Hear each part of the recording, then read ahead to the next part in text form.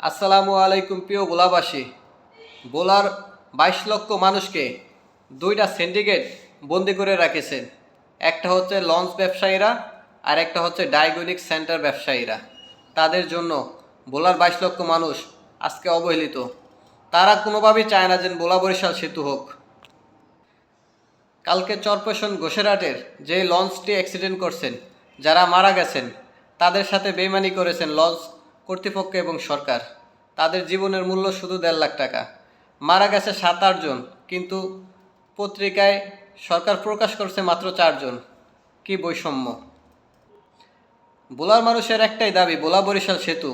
ভোলার মানুষ ঠিকই জানে কিভাবে সেতু আদায় করতে হয়। ভোলার মানুষের একটাই যৌক্তিক দাবি, আপনারা ভোলার প্রাকৃতিক সম্পদ নেন, ভোলা থেকে আপনারা ইলিশ, দধি, চাল ডাল সবই নেন। ভোলার হাজার হাজার প্রবাসী আছে যারা প্রতি মাসে রেমিটেন্স পাঠায়, তাদেরকে আপনারা কি দেন? ভোলা মানুষের একটাই চাওয়া, ভোলা বরিশাল সেতু।